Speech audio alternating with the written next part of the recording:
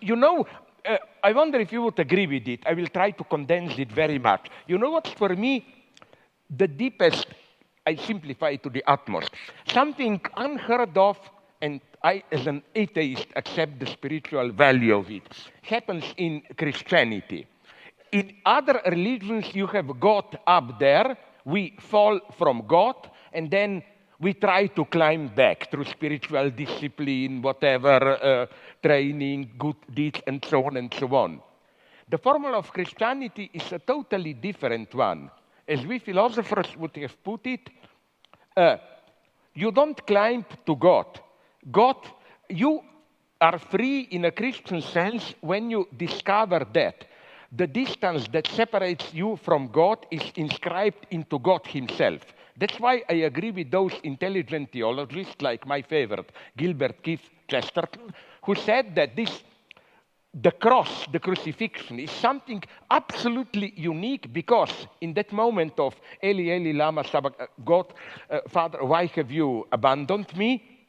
For a brief moment, symbolically, God himself becomes an atheist in the sense of, you get a gap there. And that is something so absolutely unique. It means that you are not simply separated from God. Your separation from God is part of divinity itself. And we can then put it also in other terms, maybe closer to you, like that. That's why for me, happiness is not some blissful unity with highest value. It's the very struggle, the fall, and so on. And that's why I hope we both worry about what will this possibility of so-called, I'm horrified with it, what Ray Kurzweil calls singularity and this blissful state. I prefer not to know, but I was very interested in your comments about Christ's atheism on the cross, that final moment of atheism. That's something I'd never thought about in that way. Chesterton did. Yeah. Chesterton orthodoxy. A short book, excellent. No, it's a very interesting thought because it's an unbelievably merciful idea in some sense. Yeah. That the burden of life is so unbearable.